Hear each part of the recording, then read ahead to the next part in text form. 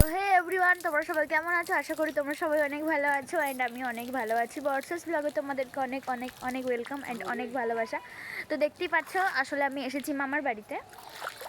আর এইটা হচ্ছে আমার মামার নিউ ছাদ, যেটাই কিছুদিন আগেই ঢালাই করা হয়েছে। তার জন্য দেখতে পাচ্ছ এই যে জল দেওয়া, আর এই যে আমার ছোটো ভাই এখানে জল দিচ্ছে, এই যে পাইপে করে জল দিচ্ছে।